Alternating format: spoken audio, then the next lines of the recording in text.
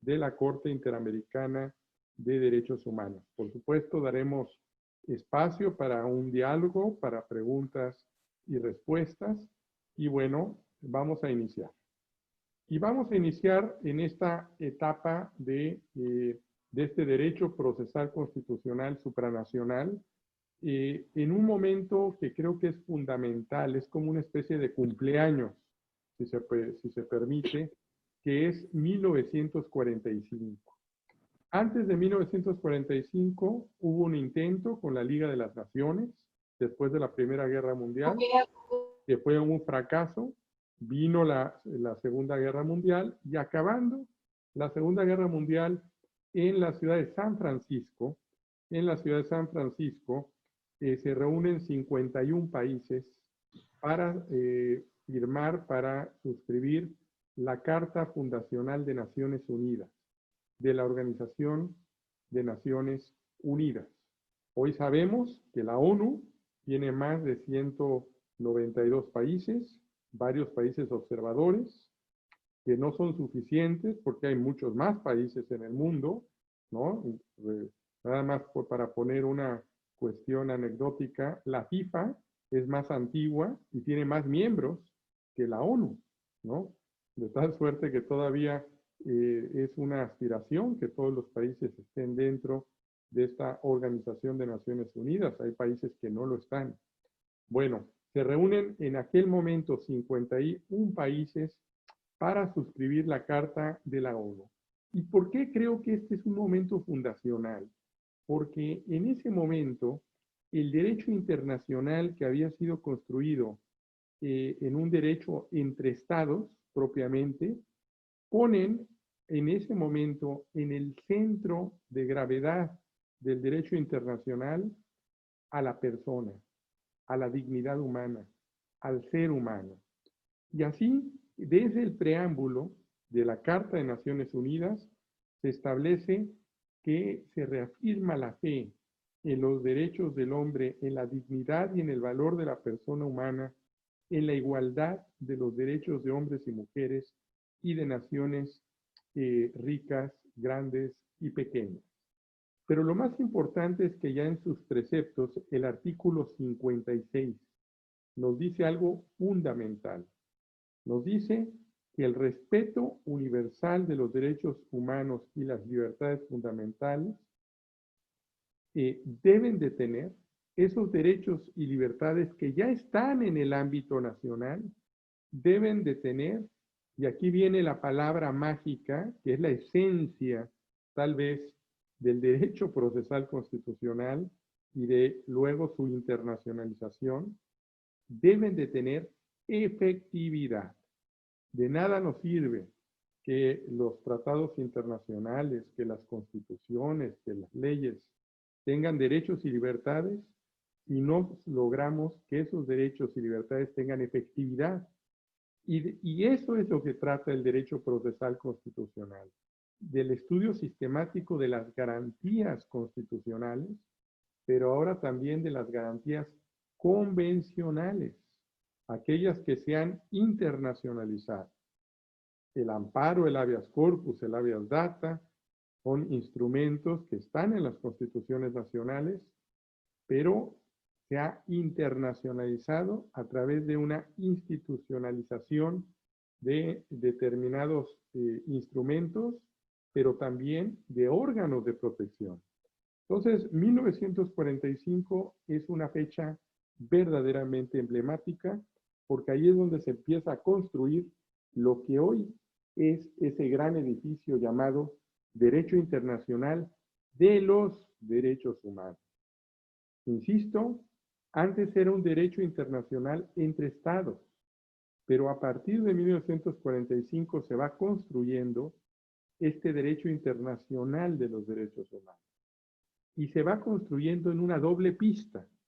En la pista de Naciones Unidas, así tenemos que se aprobó luego el Pacto Internacional de Derechos Civiles y Políticos y el Pacto Internacional de Derechos Económicos, Sociales y Culturales, que ya son tratados internacionales, y hasta el día de hoy un conjunto de tratados internacionales en el seno de la ONU.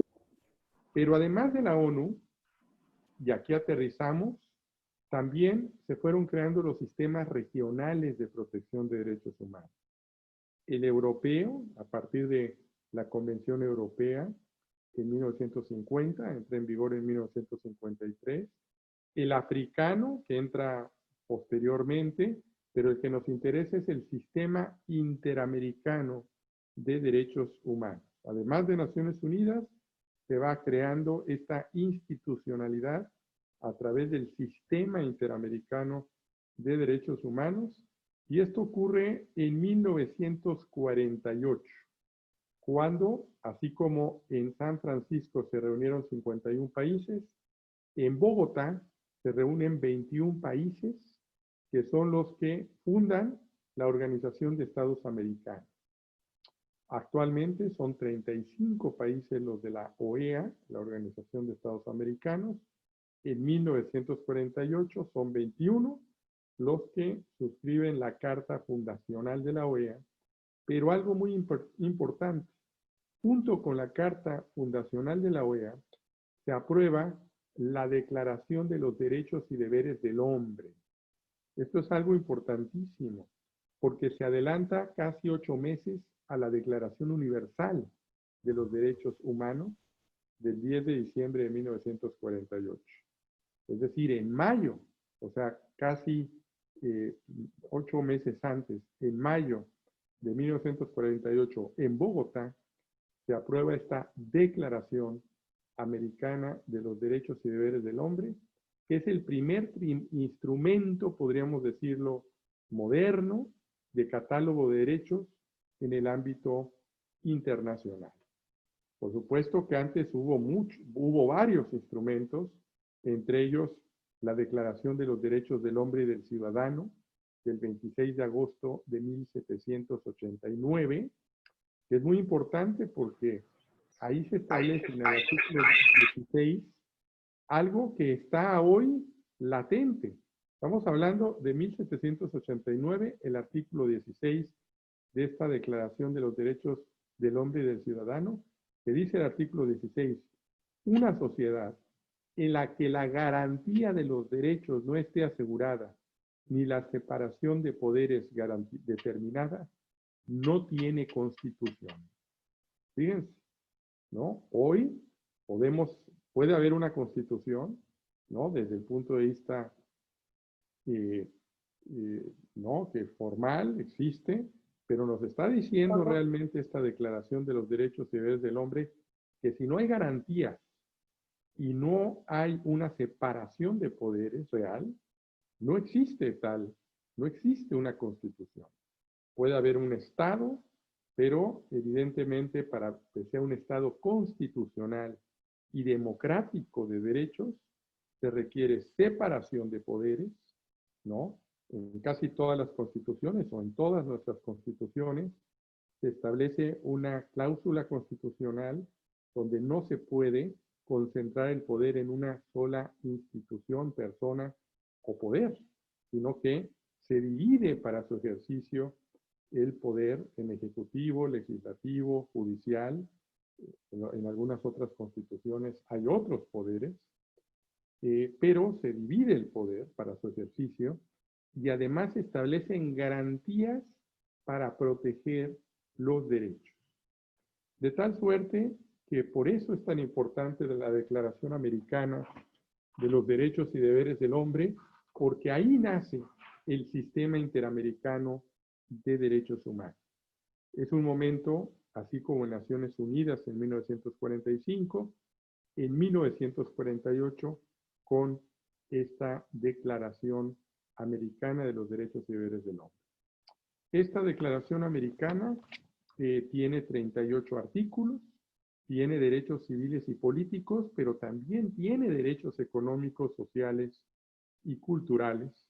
Y bueno, no es un tratado internacional, es una declaración, como la Declaración Universal, de tal suerte que en principio no tiene carácter vinculante, pero resulta que luego las propias constituciones nacionales, o bien la Convención Americana sobre Derechos Humanos, que sí es un tratado internacional, le da eficacia a esta Declaración Americana de los Derechos y Deberes del Hombre. De tal suerte que nace, digamos, sin tener eficacia, pero posteriormente con los tratados internacionales y las constituciones le dan eficacia, le dan cierto grado de vinculatoriedad. Entonces estamos, fíjense, 1948, pero luego pasamos a otro eslabón ya, ahora sí con carácter de vinculante, cuando, bueno, un poco antes, cuando se crea en 1959 la Convención Americana sobre Derechos Humanos. Esta Convención Americana, perdón, la Comisión Interamericana, que está, sabemos, en Washington, y empieza a funcionar en 1960, y en 1965 se da un paso fundamental. Se inicia con el sistema de peticiones individuales. Esta es una revolución fundamental, porque el individuo puede demandar, puede presentar una queja ante esta Comisión Interamericana. Un individuo versus el Estado. Esto rompe el esquema tradicional de este derecho internacional, que era un derecho entre estados, para poner en el centro de gravedad a la persona, al ser humano. Pero el gran paso se da en 1969, cuando se suscribe el Pacto de San José de Costa Rica. Se llama así porque ahí se suscribe, esto es la Convención Americana sobre Derechos Humanos. Esta Convención Americana es una especie de constitución de nuestra América, y bueno, tiene tres partes. Una primera parte, que son las obligaciones del Estado, ¿no? Artículo 1 y 2 de la Convención, pero luego vienen los derechos y libertades, y viene una segunda parte, donde vienen los órganos de protección. Ahí es donde nace la Corte Interamericana de Derechos Humanos. Ojo, la Comisión Interamericana está desde la Carta Fundacional de la OEA de 1948. Se crea en 1959, empieza a funcionar en 1960. En cambio, la Corte Interamericana es un órgano convencional, surge del Pacto de San José de Costa Rica. Este Pacto de San José entra en vigor cuando el país número 11 lo ratifica, que es Grenada. Entonces ahí, en 1978, el 18 de julio, entra en vigor el Pacto de San José de Costa Rica, y ahí es donde se configura y entran en funcionamiento los dos órganos de protección del sistema. La Comisión Interamericana, que está en Washington, D.C., capital de Estados Unidos, y la Corte Interamericana, que se encuentra en San José de Costa Rica, que empieza a funcionar al año siguiente, en 1979. Por lo tanto, acaba de cumplir el año pasado 40 años de vida. 40 años de vida de esta Corte Interamericana de Derechos Humanos, que junto con la Comisión son los dos órganos del sistema. Hay algo muy importante, ahora pasamos al Corpus Juris. Cuando hablamos de la Convención Americana, hay que tener en cuenta que sí, es el corazón del sistema interamericano, es el tratado internacional más importante dentro de la OEA. Sin embargo, hay dos protocolos adicionales a esta Convención Americana que hay que tener en cuenta. El protocolo adicional en materia de derechos económicos, sociales y culturales, el protocolo de San Salvador, que fue firmado en 1988, entró en vigor en 1989, y hasta el día de hoy ha sido suscrito por 16 países. Ojo, 16 países de los 35. Ahora vamos a regresar a la Convención Americana para ver cuántos países lo han suscrito. Y además, además tenemos el otro protocolo adicional, que es el relativo para abolir la pena de muerte, que fue suscrito en 1999 en Asunción, y ahí solo 13 países de los 35 de América han suscrito este protocolo adicional a la Convención Americana para abolir la pena de muerte. De tal suerte que, ojo, la Convención Americana, ¿no?, se complementa con estos dos protocolos y con otros 7 tratados internacionales que ahí los voy a mencionar, pero ahí debemos de partir de que la Convención Americana, dependiendo de qué país lo ha suscrito, en realidad tenemos 4 niveles o 5 niveles tal vez de intensidad distintos.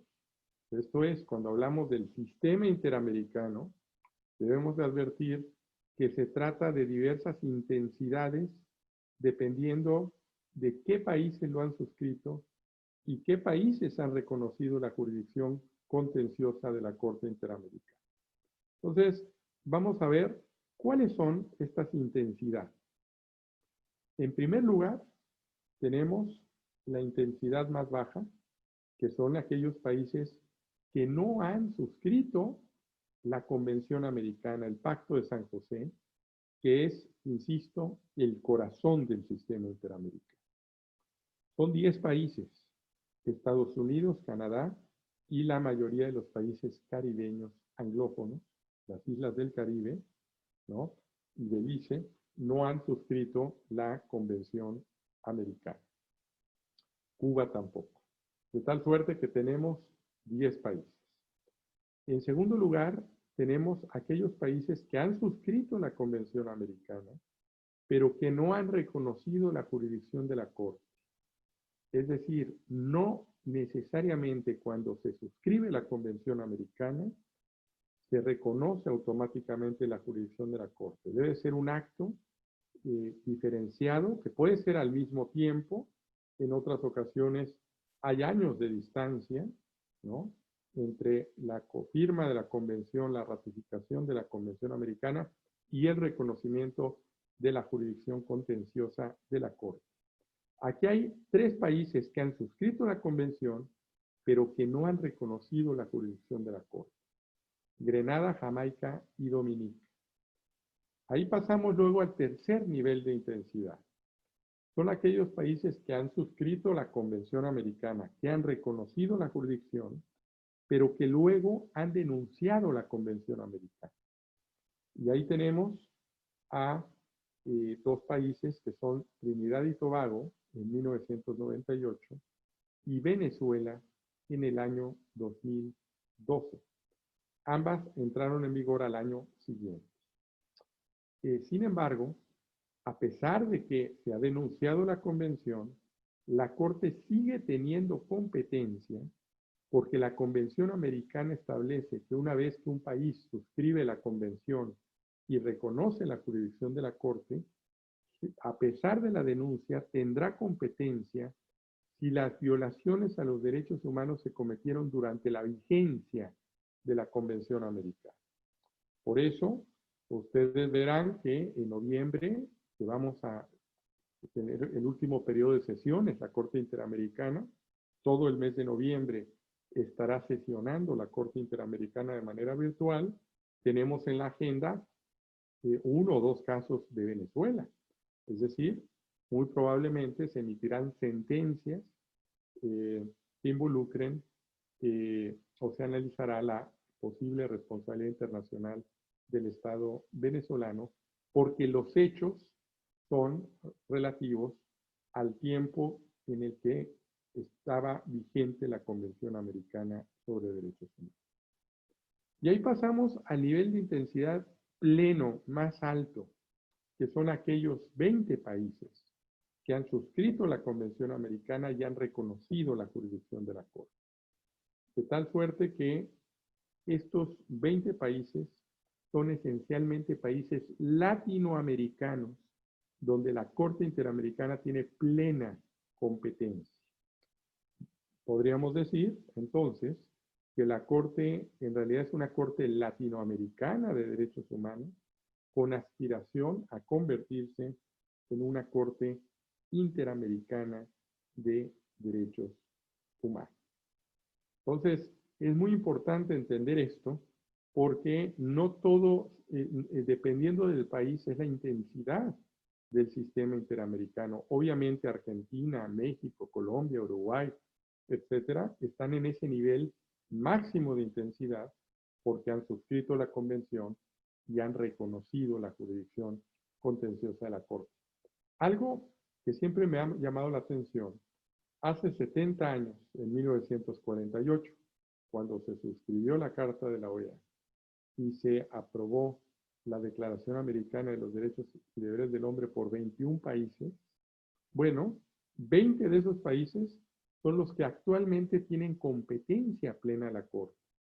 Es decir, 70 años después, ese compromiso político se ha mantenido y esencialmente es por los países latinoamericanos, donde 16 hablan el mismo idioma español, solamente Brasil habla portugués, Haití habla francés, y bueno, evidentemente, y Surinam, que es una especie de holandés, ¿no?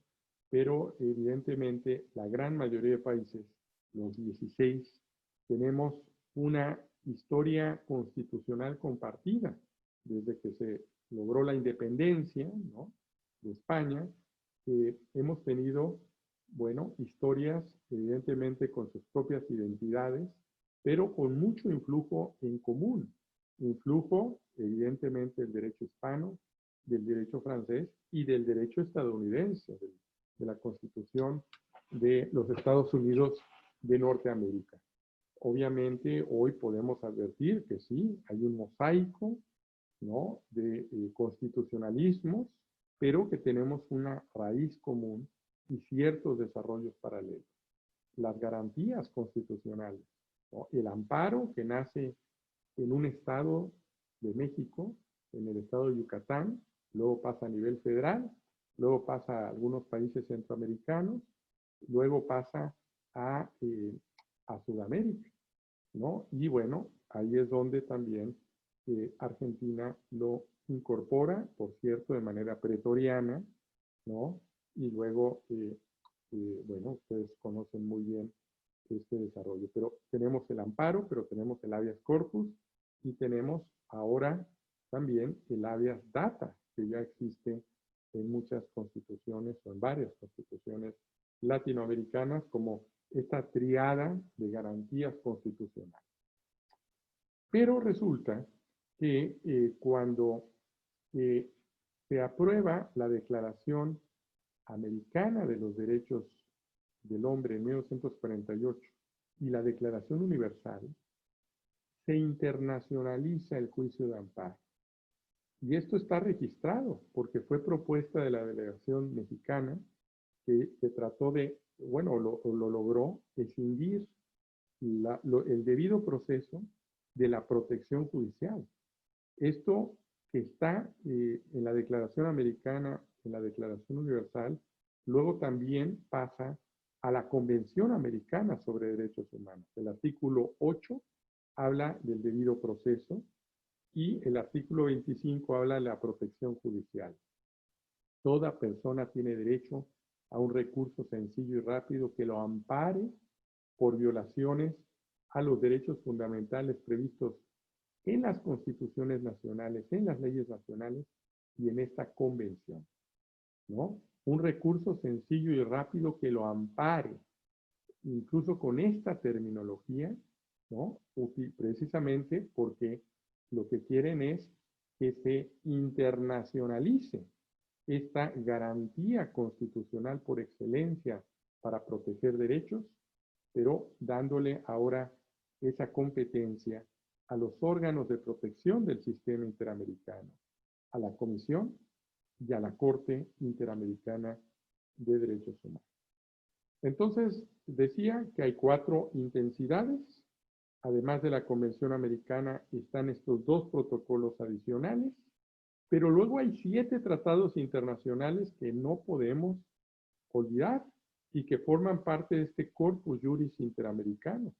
Además de la Declaración Americana 1948, de la Convención Americana, el Pacto de San José de Costa Rica, 1969, que entra en vigor en 78. Además de los 2 protocolos adicionales, en materia de derechos económicos, sociales y culturales y de abolición de la pena de muerte, tenemos 7 tratados internacionales que protegen temáticas importantes o grupos poblacionales. La Convención Interamericana para Prevenir y Sancionar la Tortura, 1985, entra en vigor en 1987. La Convención Interamericana sobre Desaparición Forzada de Personas, la de 1994, entra en vigor en 96. Solo 15 países de los 35 han suscrito, por ejemplo, esta Convención de Desaparición Forzada de Personas. Luego la Convención Interamericana para Prevenir, Sancionar y Erradicar la Violencia contra la Mujer, la famosa Convención de Belén do Pará, que es el instrumento interamericano de mayor respaldo. 32 de los 35 países lo han suscrito. O sea, lo han suscrito más que el Pacto de San José, que es el corazón del sistema. Y ahí vemos la paradoja, como un tratado internacional, ¿no?, que se han adherido plenamente los países, y vemos que hoy, en plena pandemia, la violencia de género está en su máximo esplendor. Y aquí viene la gran pregunta: ¿de qué nos sirven estos tratados internacionales? ¿De qué nos sirve tener derechos en las constituciones si se siguen violando?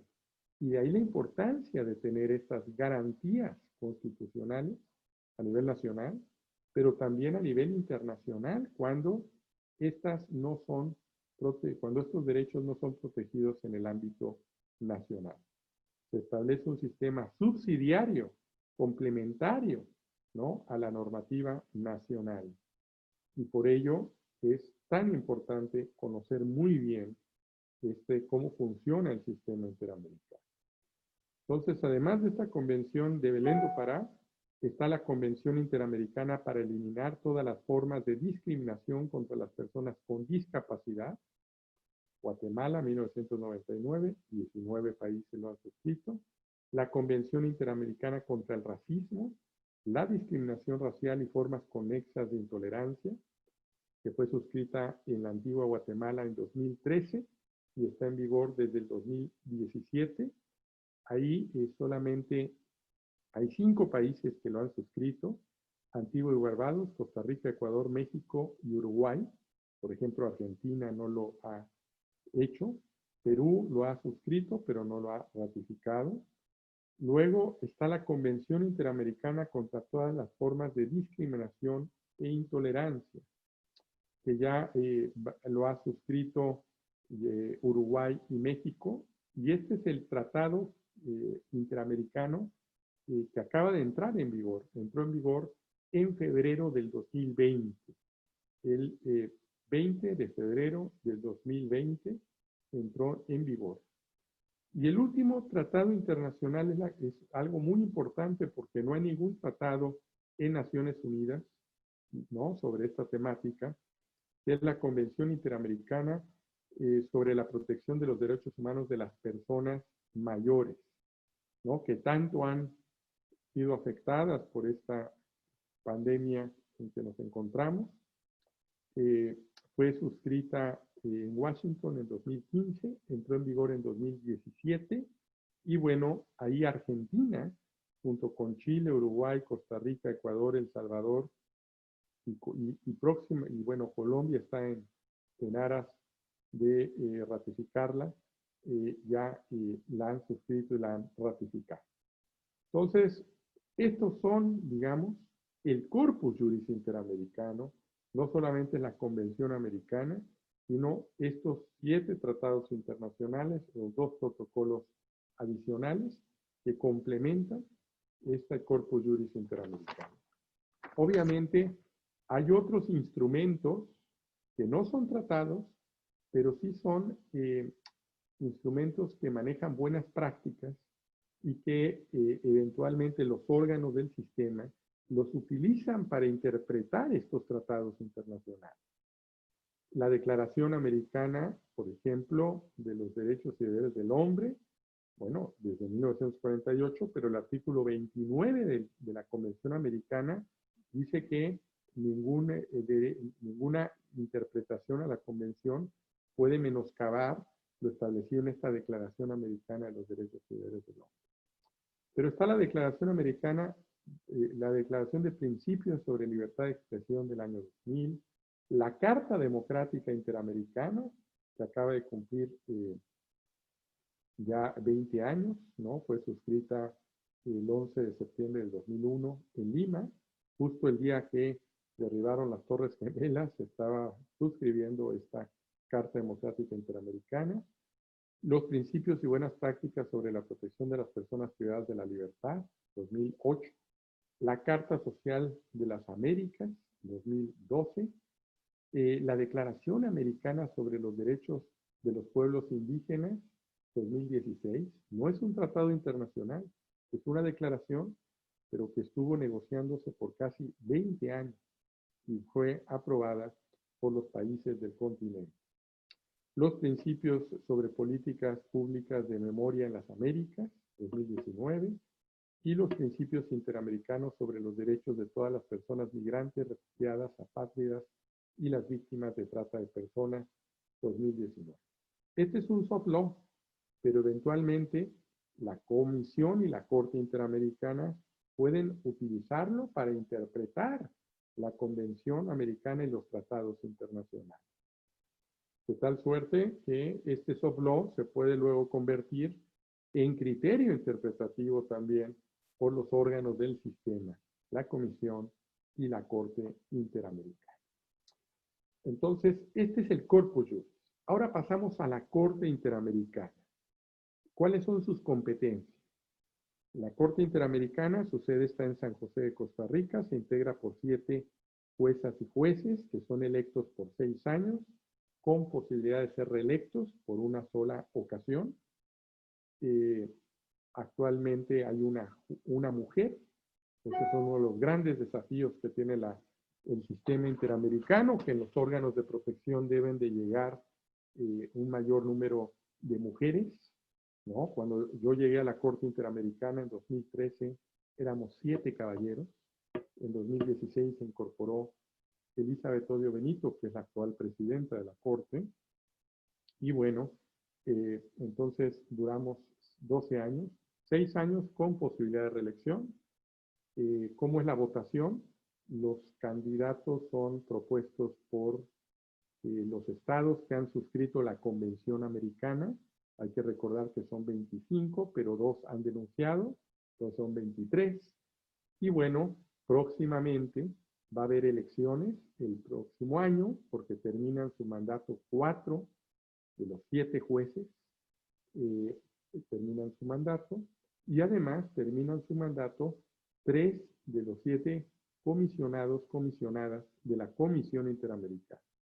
Así que el próximo año va a haber votaciones muy importantes, se van a renovar de manera significativa los 2 órganos de protección del sistema interamericano. ¿Qué competencias tiene la Corte? Tiene básicamente 4. La más importante es que conoce de casos contenciosos de demandas individuales. Lo que yo les decía que ese es el gran avance del derecho internacional de los derechos humanos. El individuo puede demandar a su Estado por violar el Pacto de San José de Costa Rica o algunos de estos tratados internacionales que mencioné, siempre y cuando hayan sido suscritos por el Estado demandado. Esto es una revolución. Es una revolución porque evidentemente ponen en el centro de gravedad a la persona. El individuo demanda a su Estado una vez agotadas las instancias nacionales dentro de los 6 meses siguientes. Puede presentar una queja ante la Comisión Interamericana. Luego la Comisión Interamericana lleva un contradictorio, un procedimiento internacional, y eventualmente cuando acaba a través de un informe de fondo, con recomendaciones al Estado, cuando se establece que hay responsabilidad internacional del Estado, y si el Estado no cumple, eventualmente puede la Comisión Interamericana elevar el caso a la Corte Interamericana. Dicho en otras palabras, la llave de acceso a la Corte la tiene la Comisión Interamericana. No hay acceso directo del individuo a la Corte. Necesariamente hay que agotar la instancia, el procedimiento, que a veces es muy largo, dura años, ante la Comisión Interamericana de Derechos Humanos. Una vez que el caso llega a la Corte, hay una fase escrita y una fase oral, y en menos de 2 años la Corte Interamericana dicta sentencia. El promedio, según el último informe anual de labores, está en 22 punto y pico meses, desde que llega el caso a la Corte hasta que se emite sentencia, son alrededor de 2 años la duración. Obviamente la Comisión Interamericana puede durar 10, puede durar 15, lamentablemente hasta 20 o 30 años.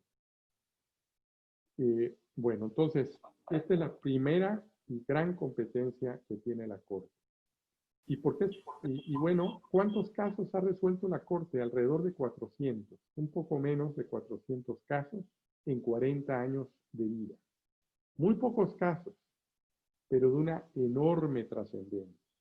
De una enorme trascendencia para Argentina, para Uruguay, para México, para todos los países, porque son casos normalmente emblemáticos y que el criterio interpretativo también se incorpora por las altas cortes nacionales y además se establece la responsabilidad internacional a través de medidas de reparación. De eso vamos a hablarlo un poquito más adelante. Entonces, medidas, la primera gran competencia, demandas individuales de casos contenciosos. Pero también puede haber demandas individuales interestatales. Argentina, Uruguay, Chile, Argentina, etcétera. Pero hasta el día de hoy no ha habido un solo caso. Un solo caso en la Corte Interamericana. Por lo tanto, hasta el día de hoy ha sido esencialmente un tribunal que ha resuelto casos contenciosos de demandas individuales. Segunda competencia que tiene la Corte son las medidas provisionales. En casos de extrema gravedad y urgencia y para evitar daños irreparables a las víctimas, se emiten estas medidas provisionales que hasta el día de hoy más de 30,000 personas han sido beneficiarias de estas medidas. No solamente en lo individual, también puede haber medidas provisionales de carácter colectivo, siempre y cuando sean determinables las personas. Así se han otorgado medidas para todo un sistema carcelario, para un pueblo o comunidad indígena, etc. Tercera competencia son las opiniones consultivas. Los estados, ¿qué estados? Los cualquiera, los 35, incluso aquellos que no han suscrito la Convención Americana, le pueden solicitar a la Corte cómo interpretar la Convención Americana o el corpus juris que acabo de mencionar, de los tratados internacionales que forman parte de este corpus juris. Puede la Corte emitir este dictamen relativo a cómo interpretar esta normatividad. Hasta el día de hoy han habido 25 opiniones consultivas de una enorme importancia, porque estas opiniones consultivas, que son criterios interpretativos, luego los estados los van adoptando en sus políticas públicas, en sus cambios normativos, incluso los tribunales constitucionales, pero también eventualmente la propia Corte Interamericana en casos contenciosos los utiliza para resolver casos contenciosos, pero que en primera instancia, la primera interpretación se ha dado en las opiniones consultivas. Actualmente hay 4 opiniones consultivas de una enorme importancia que están ventilándose ante el sistema interamericano. Hace un mes, unas 3 semanas, tuvimos una audiencia pública para que cualquier persona, cualquier individuo, cualquier ONG, cualquier estado, la Facultad de Derecho en Paraguay o en Argentina o en México, puede dar su opinión ante la Corte y comparecer ante la Corte físicamente, bueno, ahora virtualmente lo estamos llevando, pero para dar su opinión y luego los jueces podemos preguntar. Esto es algo muy importante porque es un ejercicio dialógico donde se escuchan opiniones de todo tipo y luego ya la Corte puede emitir un dictamen interpretativo sobre la cuestión planteada por los estados, pero también puede ser planteada por la Comisión Interamericana, por el Secretario General de la OEA o por alguno de los órganos de la OEA, de la Organización de Estados Americanos. Hay una serie de órganos que están enumerados en la Carta de la OEA. Y por último, la cuarta gran competencia que tiene la Corte, muy diferente al Tribunal Europeo de Derechos Humanos, que allá hay un comité de ministros, es un órgano político el que se encarga de supervisar el cumplimiento de las sentencias. Aquí es la propia Corte Interamericana quien supervisa sus propios fallos. Y supervisa sus propios fallos emitiendo una resolución para decir cuáles medidas de reparación se han acatado y cuáles faltan por acatar. Entonces, esta es una actividad que le demanda mucho tiempo actualmente a la Corte Interamericana. Incluso hace audiencias públicas o privadas para eficientizar de alguna manera el cumplimiento de las sentencias de la propia Corte.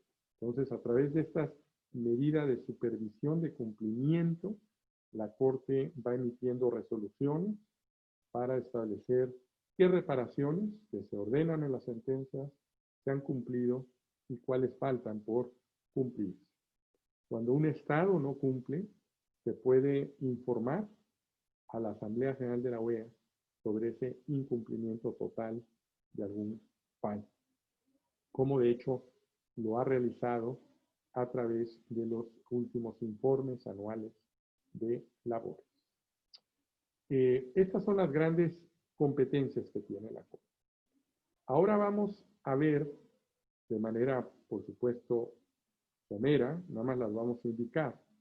En estos 40 años de vida, en estos 400 casos alrededor que ha resuelto la Corte, las 5 principales líneas jurisprudenciales o bloques jurisprudenciales de la Corte Interamericana de Derechos Humanos. En primer lugar, tenemos una primera gran etapa de la Corte, fue establecer criterios relativos a las graves violaciones a los derechos humanos. Obviamente todas son graves, pero hay algunas que se han catalogado por la intensidad de la violación como graves violaciones a derechos humanos. Pena de muerte, ¿no? Bueno, vamos a ver, desaparición forzada de personas, ejecuciones extrajudiciales, ya sean individuales, pero también masacres. Hubo un caso en la Corte que resolvió del Mozote, que fueron casi 1000 víctimas, ¿no? Una masacre, la mayoría mujeres y niños, ¿no? Bueno, son violaciones gravísimas. Entonces, ejecuciones extrajudiciales, desaparición forzada, cerca de 60 casos ha resuelto la Corte. De esos 400, cerca de 60 tienen que ver con desapariciones forzadas, pero también las cuestiones de tortura, ¿no? Un número muy importante analizado y se configura la tortura. Y bueno, hay que recordar que la primera sentencia que dictó la Corte, en un famosísimo caso, el caso Velázquez Rodríguez, en 1988, tuvo que ver con las violaciones graves a los derechos humanos. Porque era un caso de una desaparición forzada. Cuando no había ninguna normatividad nacional, cuando no había ningún tratado internacional, la Corte estableció cuáles son los elementos constitutivos de una desaparición forzada y previamente estableció o probó la existencia de un contexto. Es decir, que primero, para poder analizar los hechos del caso, estableció que hay una práctica sistemática de cómo se desaparecía al oponente político en Honduras. Entonces, así se pudo encuadrar la desaparición de Velázquez Rodríguez en esta práctica sistemática y dio por acreditado, por lo tanto, la desaparición forzada de personas. ¿Por qué es importante? Aquí vemos un ejemplo de este impacto de la jurisprudencia de la Corte, porque a través de esa jurisprudencia se estableció 8 años después la Convención Interamericana de Desaparición Forzada de Personas. Es decir, un tratado, un conjunto de sentencias, porque fueron 3 casos hondureños, y luego posteriormente, eso hizo que a nivel internacional la Corte Interamericana se pronunciara categóricamente y para establecer lo que era una desaparición forzada, lo que implicaba la impunidad ante estas violaciones graves a derechos humanos, y esto ahora se estableció en un tratado internacional, en la Convención Interamericana, pero también en la declaración, en la Convención de Naciones Unidas sobre Desaparición Forzada del año 2010. Entonces, ahí tenemos un primer, digamos, grupo, ¿no? Violaciones graves a derechos humanos. Un segundo grupo, que es muy importante, la Corte se empieza a fijar, además, bueno, sí, de las violaciones, del tipo de violación, en los sujetos a los cuales se da esa violación.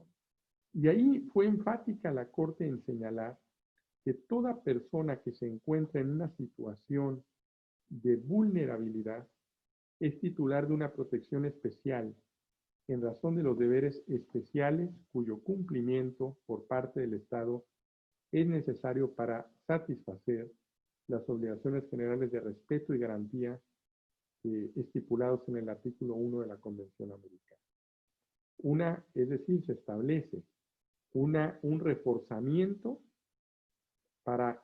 por parte del Estado, ¿no? Una obligación adicional del Estado para proteger a las personas en situación o condición de vulnerabilidad. Esto desde el caso Niños de la Calle, ¿no? Que fue un caso contra Guatemala muy importante. La Corte Interamericana interpreta el derecho a la vida, le agrega el derecho a la vida digna, por lo tanto, ahí se establecen acciones positivas. Es decir, que el Estado no solamente no mate, sino que cree las condiciones necesarias para que no me maten. Es decir, una serie de medidas positivas determinables en función de las necesidades particulares de protección del sujeto de derecho, sea por su condición personal o por la situación específica en que se encuentra.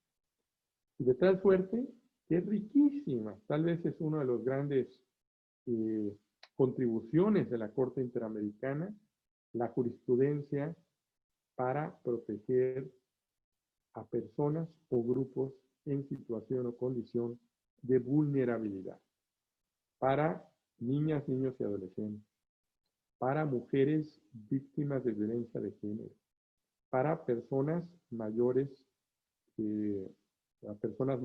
¿no? Así se les llama ahora, ¿no? A las personas, a los adultos mayores. Hay una, decía hace rato, hay una convención interamericana para proteger a las personas mayores, que es la terminología que se utiliza en el sistema interamericano, para proteger pueblos indígenas y tribales, personas con discapacidad, personas en situación de esclavitud, es algo muy importante. El artículo 6º de la Convención Americana, no solamente lo tradicional, ¿no? Que queda prohibida la esclavitud en el sentido del siglo XIX, ¿no? De esclavos, sino que ahora es la esclavitud moderna, el trabajo esclavo. Hay una serie de esclavitudes, como la Corte lo ha, en fallos de los últimos años, lo ha ido estableciendo. Por ejemplo, en el trabajo en la Hacienda Brasil Verde, contra Brasil. Este es un trabajo sobre el trabajo esclavo, pero también sobre la esclavitud sexual, un caso contra Venezuela, que también fue hace una sentencia de hace año y medio, etcétera, ¿no? Pero también los migrantes, refugiados, solicitantes de asilo, afrodescendientes, personas LGTBI, privados de libertad, desplazados forzados, no solamente de país a país, sino también intraurbanos, dentro, ¿no? Por ejemplo, en Medellín, ¿no? O por ejemplo, se está dando ya en la Ciudad de México, en otros lados, ¿no? En grandes urbes, donde hay desplazamiento forzado intraurbano, defensoras y defensores de derechos humanos, periodistas y personas en situación de pobreza. Aquí tenemos una riquísima líneas jurisprudenciales atendiendo a la especial situación o condición de vulnerabilidad de la persona o del grupo de personas que incluso pueden ser discriminadas históricamente, como así lo ha dicho la Corte en algunos casos. Una discriminación estructural histórica, por ejemplo, por posición económica del sector de la población de trabajadores, ¿no? Ese fue el caso de Hacienda Brasil. Y aquí la Corte también, a partir de un caso emblemático, que es el caso González Luis del año 2015, una niña que a los 3 años fue contagiada de VIH por una transfusión sanguínea y a los 5 expulsada del colegio. Y bueno, fue el primer caso donde se declara violado el derecho a la educación, pero por primera vez se explicita y se dice que puede haber o se realiza un análisis de interseccionalidad en la discriminación cuando confluyen múltiples factores de vulnerabilidad, resultando por lo tanto más gravosos los impactos en los grupos que de por sí son marginados y aquellos históricamente discriminados. Entonces, la Corte empieza a desarrollar una nueva concepción, que es la interseccionalidad en la discriminación, cuando confluyen estos elementos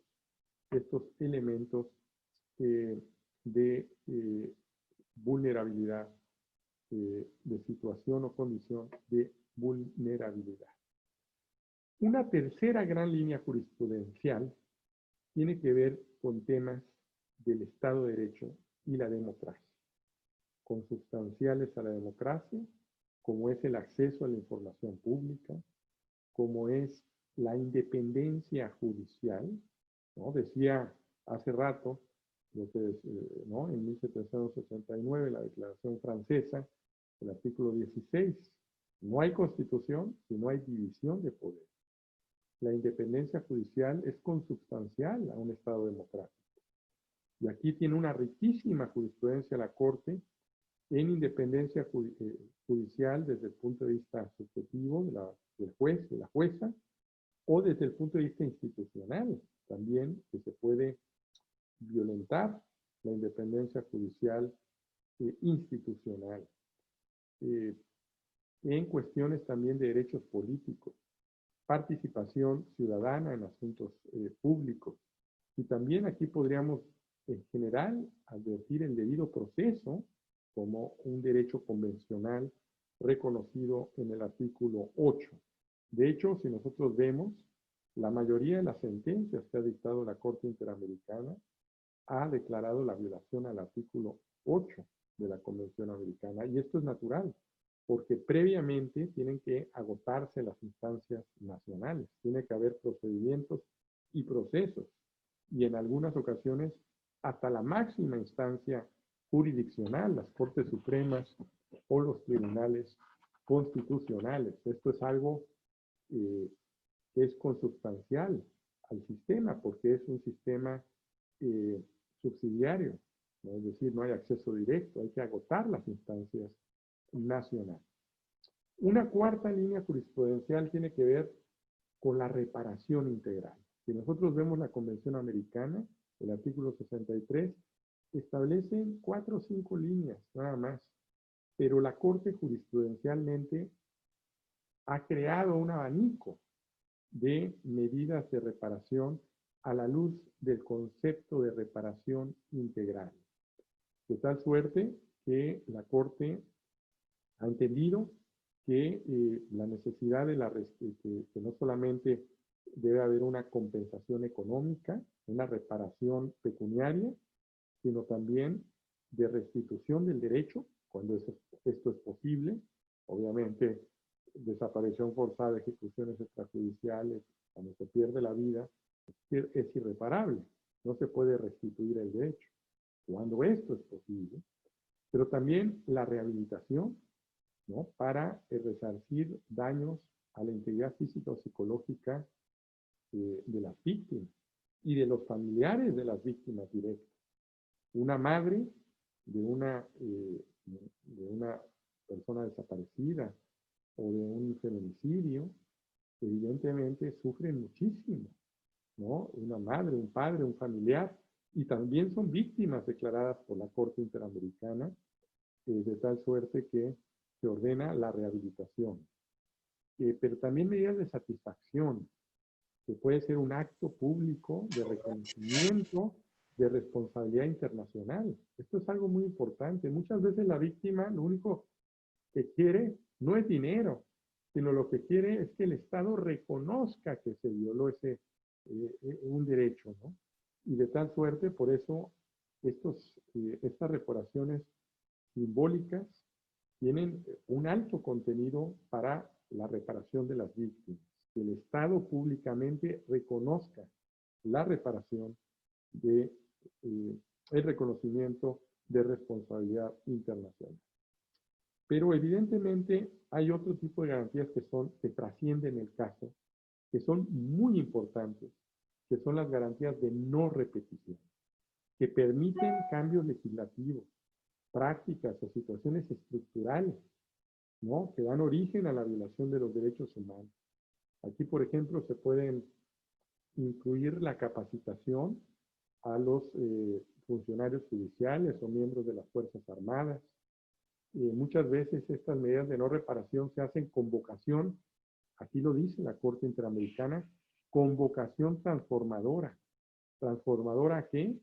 A las condiciones estructurales contrarias a la vigencia de los derechos humanos, incluso con un enfoque diferencial, por ejemplo, sensible a los distintos impactos que tiene la violencia contra las mujeres.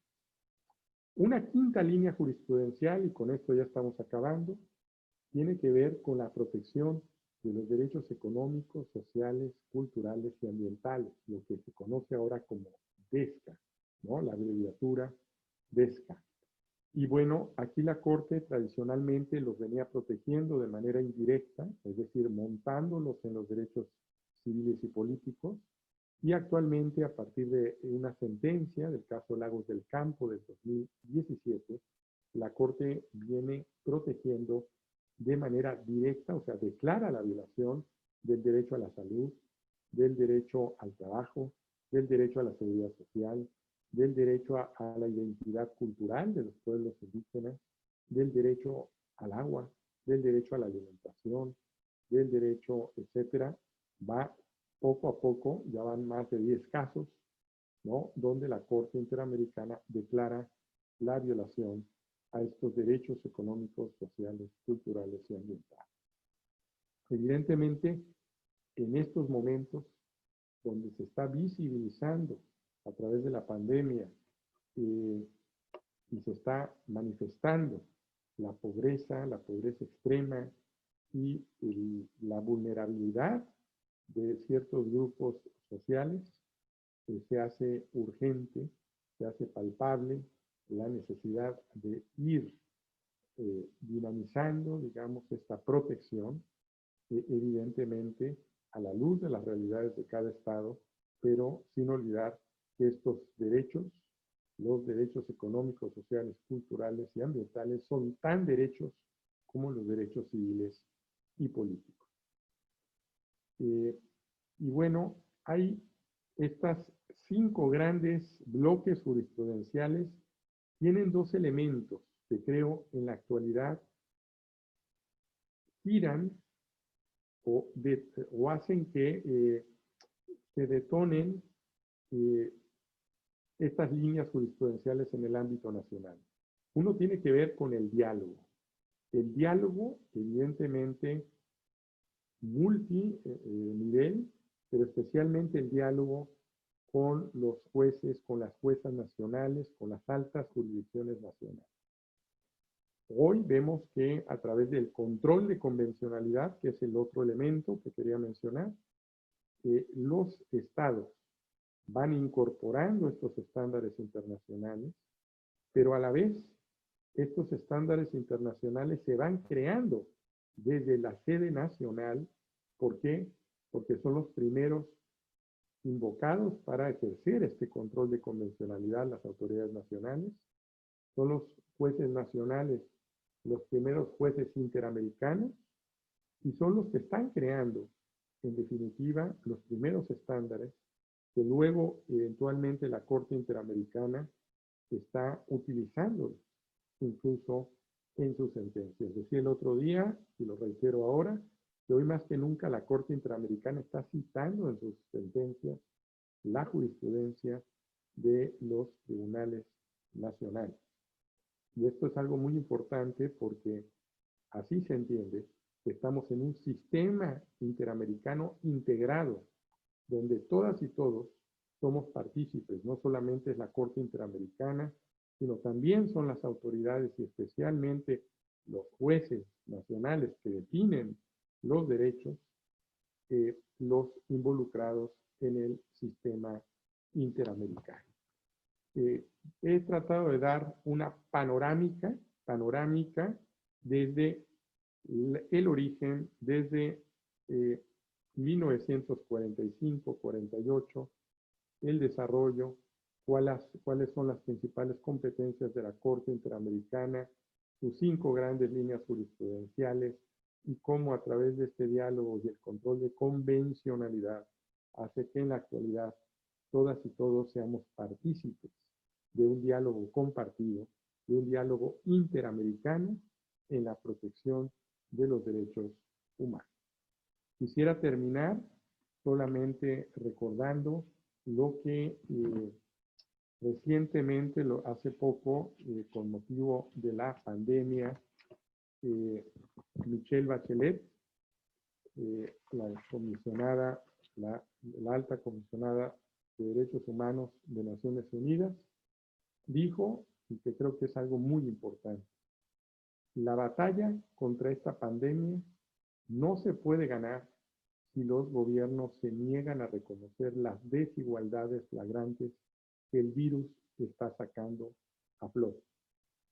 Desde la perspectiva de los derechos humanos, debemos reafirmar que el principio de no discriminación incluye una obligación positiva. Esto es, crear condiciones de no discriminación incluye una obligación real frente a grupos que han sido históricamente excluidos o que se encuentran en mayor riesgo de ser discriminados. Estamos viendo las estadísticas. Ustedes los invito a que vean la CEPAL, que es la Comisión Económica para América Latina y el Caribe. Hay un documento que acaba de sacar que se llama El desafío social en los tiempos de la COVID-19, y ahí establece cómo la pobreza extrema y la desigualdad aumentarán en todos los países de la región. América Latina ya es la región más desigual del mundo, y con esto pareciera, con los indicadores que nos está dando la CEPAL, pues pareciera que nos estamos perpetuando en ser la región más desigual y una de las más violentas, desafortunadamente, del planeta. Pero hay que tener fe en los derechos humanos, termino, como ese preámbulo en 1945 de Naciones Unidas. Hay que reafirmar la fe en los derechos humanos. Todas y todos nacemos libres, iguales en derecho y en dignidad.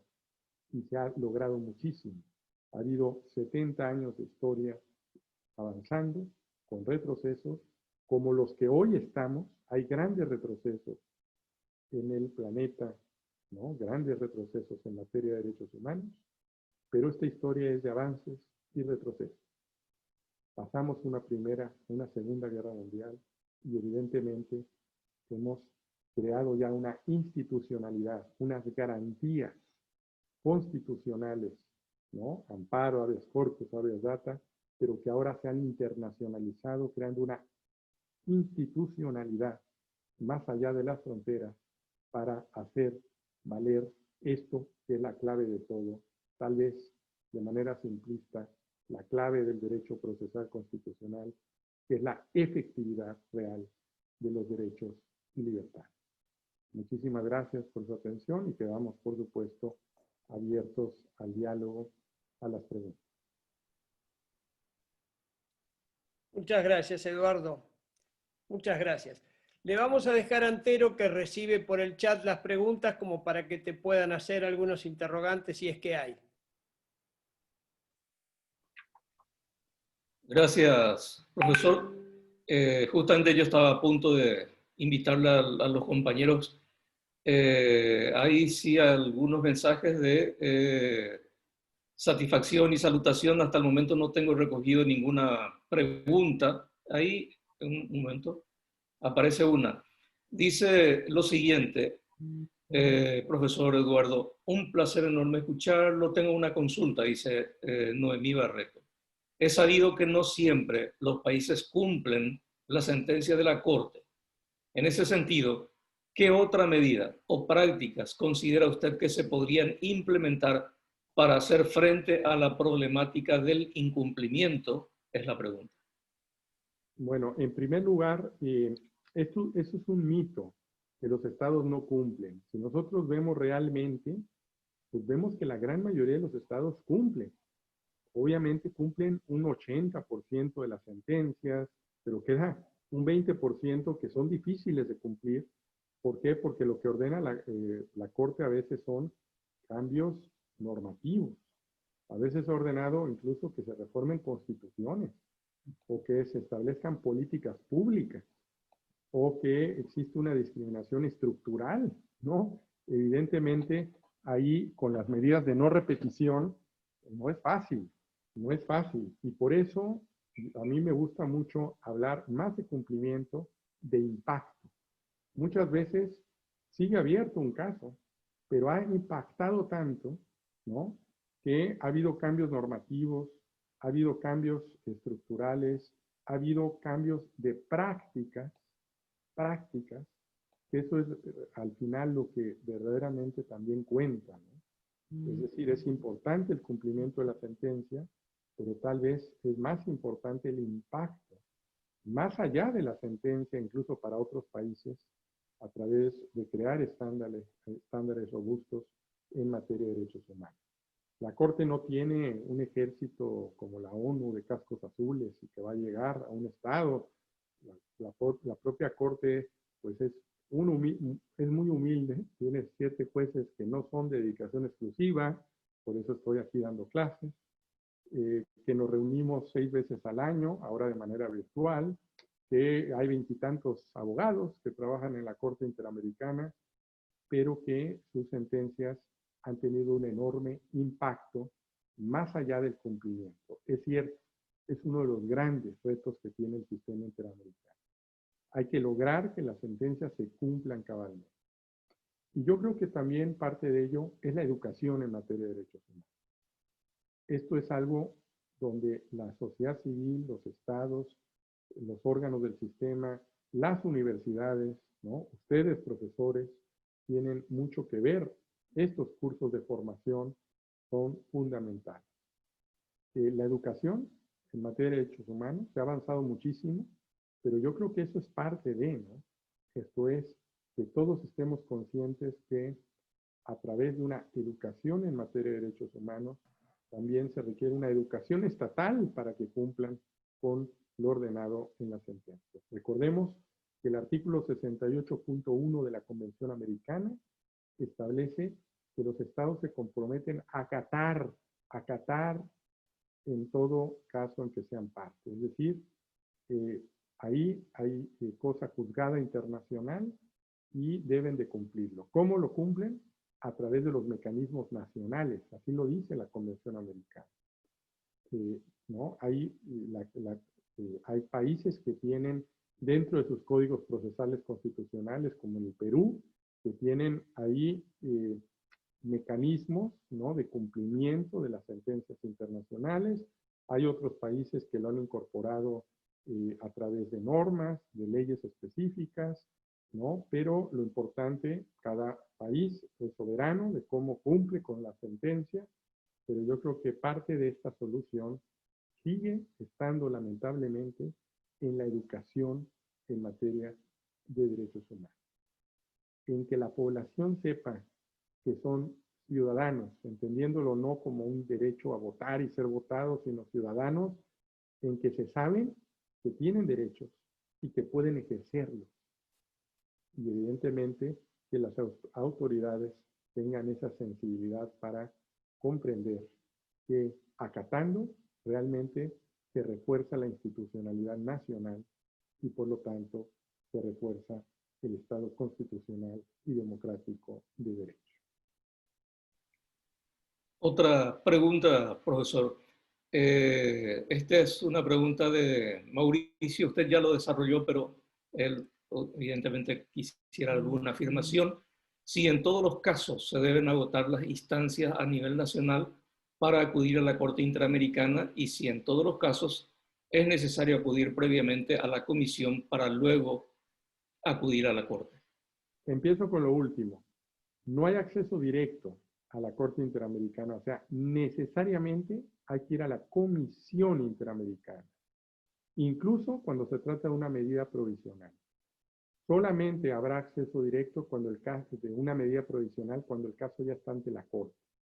Pero regla número 1, sin excepción, debe de tramitarse el procedimiento ante la Comisión Interamericana, que está en Washington. Es una especie como de pues, ministerio público, de fiscal o de no sé cómo llamarle, la etapa previa o una instancia cuasi jurisdiccional previa a la etapa jurisdiccional, jurisdictio, que ya es la Corte Interamericana. O sea que no hay, primera regla, no hay posibilidad de excepción, o sea, necesariamente hay que votar el procedimiento. Segunda cuestión, la regla del agotamiento de los recursos internos es la regla, pero la propia convención establece excepciones a esa regla. ¿Cuándo? Cuando precisamente hay una flagrancia al debido proceso, cuando hay recursos, pero estos recursos son irreales, o sea, no tienen la efectividad, ¿no? Están, pero no son efectivos, ¿no? Esto, por ejemplo, desde el caso de Velázquez Rodríguez se estableció, ¿no?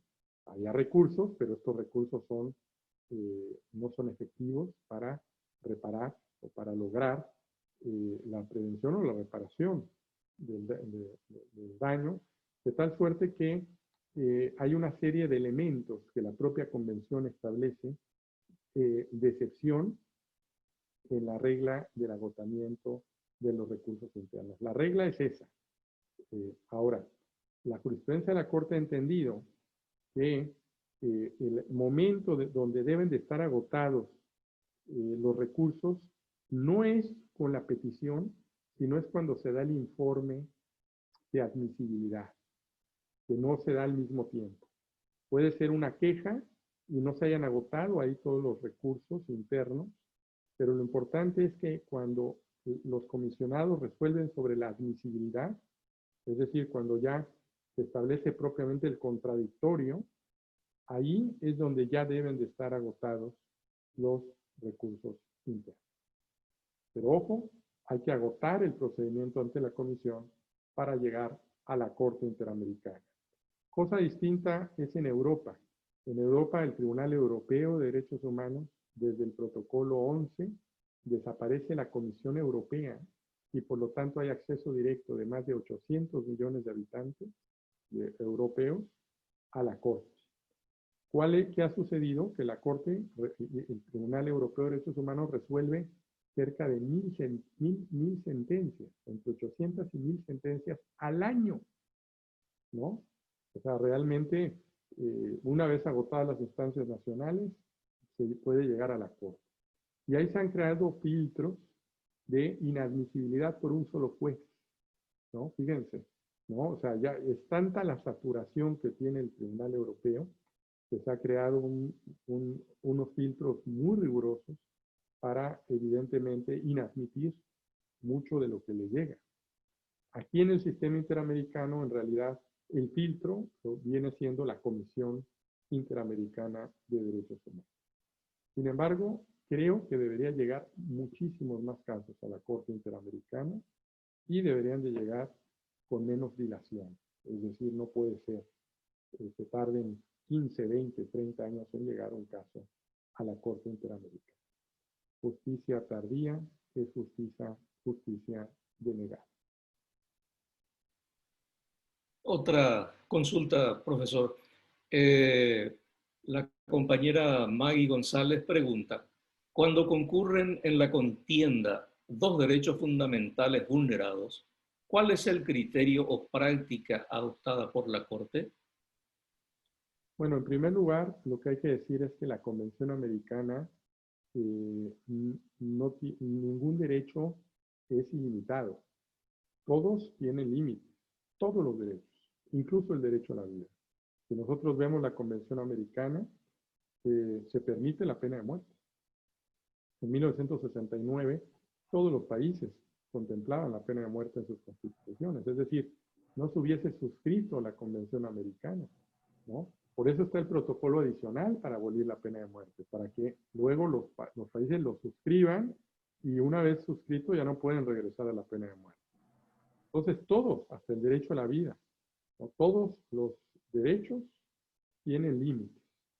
Ahora bien, hay casos donde evidentemente están en juego dos derechos involucrados. Por ejemplo, el derecho al honor, el derecho a la libertad de expresión, ¿no? Todo el mundo tiene derecho a expresarse, pero en ocasiones esa manera de expresarse puede ser difamatoria, puede ser en contra de la intimidad de las personas, y ahí es donde caso a caso, se tiene que hacer un ejercicio de ponderación de derechos. Ponderación de derechos. Y entonces hay unas reglas de ponderación, como lo hacen los tribunales constitucionales, que también la Corte Interamericana lo realiza. Dependiendo si hay interés público de por medio, dependiendo una serie de elementos, pero caso a caso, no se puede decir en tal caso, en abstracto, va a prevalecer tal o tal derecho. No, se tiene que ver el caso donde a la luz del caso se tiene que ponderar, evidentemente para que no se trate de anular un derecho sobre el otro, sino que en la medida de lo posible estén los dos derechos. Obviamente, algunas veces se va a cargar sobre un lado, sobre el derecho a la libertad de expresión o sobre el derecho a la intimidad o al honor, por ejemplo. Pero es a través de la ponderación. Para la restricción de los derechos hay un test también, ¿no? Que debe estar en ley, que debe ser proporcional, ¿no? Etcétera, etcétera, ¿no? Hay un test, ¿no? Que se realiza para la restricción de los derechos. Pero cuando están dos derechos en pugna, ahí es la proporcionalidad la que entra en juego, como lo hacen la mayoría de las Cortes Supremas, los tribunales constitucionales de nuestros días. Otra consulta, profesor. Dice la compañera Teresita Airaldi, si cuando se aplican multas o se refiere al resarcimiento monetario, dice, se tiene en cuenta lo que se llama el margen de apreciación. El margen de apreciación no está regulado como tal, es decir, no está en la Convención Americana, sino esto es algo desarrollado por el Tribunal Europeo de Derechos Humanos, ¿no? Que tiene su lógica, ¿no? ¿Por qué? Porque ahí son 47 estados, ¿no? Imagínense que aquí son 20 los que tienen competencia en la Corte y la mayoría hablan el mismo idioma, ahí son 47. Ahí todos los estados europeos han suscrito la Convención Europea, hablan muchísimos idiomas, aunque el Tribunal Europeo maneja solo dos, inglés y francés, y hay una tradición histórica y cultural diversa. Entonces, el margen de apreciación ha tenido una lógica muy fuerte en Europa que no la ha tenido todavía en el continente americano y especialmente en los casos que ha resuelto la Corte, porque la mayoría de los casos que ha conocido la Corte tienen que ver con violaciones graves a los derechos humanos, donde ahí no hay posibilidad, ¿no?, de un margen de apreciación nacional. Pero ha habido casos donde la Corte, aunque no lo dice, lo ha hecho, ¿no? Como el caso Castañeda-Kutman, que es el primer caso de condena al Estado mexicano, donde se trataba de interpretar el artículo 23, derechos políticos, y bueno, era una candidatura independiente, ¿no? Entonces ahí la Corte Interamericana dijo, la Convención ni establece las candidaturas ni las prohíbe, de tal suerte que depende de la configuración constitucional de cada estado de permitir que sus candidaturas sean a través de partidos políticos o bien permitir las candidaturas independientes, ¿no? Porque hay muchos países que no permiten candidaturas independientes y que necesariamente tiene que ser a través de los partidos políticos. Aquí la Corte no estableció preferencias, sino dejó a la libre configuración estatal. Puse un ejemplo donde la Corte implícitamente, sin decirlo, ha utilizado. No lo sé si el día de mañana la Corte vaya a utilizar con mayor nitidez, incluso decirlo expresamente, esta doctrina que ha sido desarrollada en Europa, pero que en América no ha tenido todavía un desarrollo. Bien, también la participación de un integrante bastante destacado, se llama Osvaldo Gossaini, que hace un comentario. Dice, la violación al plazo razonable puede generar un derecho indemnizatorio para las dos partes cuando el proceso ha transcurrido muchos años. No sé qué le parece el comentario, profesor. Bueno, es una pregunta en realidad. Sí. Bueno, lo que pasa es que en el ámbito internacional solo hay dos partes, en efecto. Está la parte demandada, que es el Estado, y la parte actora, que es la víctima de violación de derechos humanos. Evidentemente, cuando hay es algo que siempre llama la atención, porque la Corte Interamericana condena al Estado por plazo razonable, cuando el propio sistema interamericano tardó 30 años o 20 años en resolver, ¿no? Es algo totalmente incongruente, ¿no? Evidentemente, ahí la verdad es que el Estado tiene muchas armas para decir, bueno, ¿cómo me vas a condenar a mí a plazo razonable, ¿no? De que llevaste un proceso civil, un proceso penal, 10 años y por eso te condena, si tú, el sistema interamericano, tardaste 20 años. Lo que sí, condenar a la víctima, pues eso no está configurado así el sistema, ¿no? Está configurado para que exista reparación internacional del Estado. ¿Hay o no hay violación a derechos humanos? Si hay violación a derechos humanos, por lo tanto, hay una reparación, ¿no?, que se ordenan a través de estas medidas de reparación que acabo de establecer. Pero bueno, es algo interesante. Podría evolucionar el sistema interamericano el día de mañana, ¿no? La pregunta, discúlpame Antero que interrumpa, la pregunta viene porque el caso de Valle Ambrosio, el reciente condena a la Argentina, trajo mucha discusión en el seno interno, todos amigos tuyos, todos te queremos, pero acá en Argentina dice, ¿cómo nos van a condenar en un caso que ocurrió en el 98, estableciendo penas que Argentina hace rato que hace? Por ejemplo, hoy en las escuelas de policías, de cadete, es obligatorio la enseñanza de derechos humanos. Y una de las partes de la condena es eso, que ya en Argentina se viene cumpliendo desde hace mucho. El tema era ese, que duró más de 20 años una condena que en lo declarativo puro ya estaría cumplida. Y en la cuestión de la doble instancia, yo me hubiera, es decir, la pregunta se integraría con esto: ¿la Corte no debiera utilizar un poco el precedente? Porque a Argentina ya la condenaron varias veces por el derecho al recurso y lo ha corregido. Sí, en muchas ocasiones la Corte lo ha hecho. Una vez que ya está condenado un Estado, ya no vuelve a condenar, porque en supervisión de cumplimiento de sentencia lo que hace es recordarle al Estado lo que ya dijo en otra sentencia, ¿no? Habría que ver cómo quedó configurado y habría que ver, con tantos casos a que manejamos, ver exactamente por qué la Corte, no lo tengo tan en la mente, por qué la Corte decidió específicamente sí que hubiese este tipo de reparación, ¿no? A pesar de que ya ha habido otros casos y a pesar de que ya hay educación en materia de derechos humanos.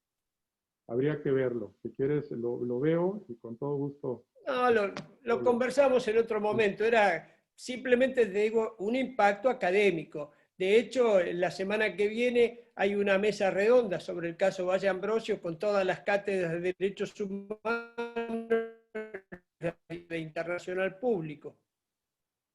Sí, sí, me voy a fijar en eso. En otros casos, en efecto, no hemos condenado. ¿Por qué? Porque ya habíamos condenado, ¿no? Por ejemplo, recuerdo casos de Perú, de capacitación, etcétera. Primero porque ya habíamos condenado. Y en otras ocasiones porque ya ha habido, ya se han dado este tipo de cuestiones. Cuando yo te decía lo del precedente, era porque este caso es muy parecido al de Mohamed, que es del año pasado. Valle Ambrosio casi es el mismo caso. Ya. Bueno, vamos no a importa, sí. no importa, un comentario. Muy bien. Bueno, si existen diálogos entre jurisdicciones, ¿por qué no puede haber diálogo entre académicos, verdad? Profesor, una pregunta de Lidia Liliana Cardoso que dice: a su criterio, ¿cuál es el principal desafío que debe afrontar el sistema interamericano en el contexto actual? Bueno, esto nos llevaría probablemente a otra conferencia, pero, pero podríamos advertir 3 o 4, ¿no? Uno, que hay que recordarlo siempre, y lo dije y lo enfaticé: la universalidad del sistema. No es posible que, ¿no? A 40 años de distancia, a 40 años de vigencia de la Convención Americana, solamente esté vigente en 23 países. No tienen los 35 países que ratificar, adherirse, ¿no? La Convención Americana, el Pacto de San José, que es el corazón del sistema. Realmente eso es fundamental, y que reconozcan la jurisdicción contenciosa de la Corte, de tal suerte que, así como en Europa, todos los países están sujetos a la jurisdicción del tribunal, y no hay así, dependiendo del país, quienes tengan más garantías que otros, porque resulta que aquellos países que han suscrito la convención pues tienen esta garantía supranacional, en cambio otros no la tienen. Entonces yo creo que la universalidad del sistema hay que trabajarla mucho. La última vez que un país suscribió la Convención Americana fue hace 27 años, una cosa así, ¿no? El último país que lo hizo. Entonces no podemos quedarnos con los brazos cruzados, y yo creo que la academia, yo creo que los órganos del sistema hacemos muy poco. Ya no, lo damos por hecho, pero no dialogamos con Canadá, con Estados Unidos, con los países del Caribe, etcétera, para que se logre. Lo hacemos, pero lo hacemos esporádicamente, pero no hay una estrategia compartida para lograrlo.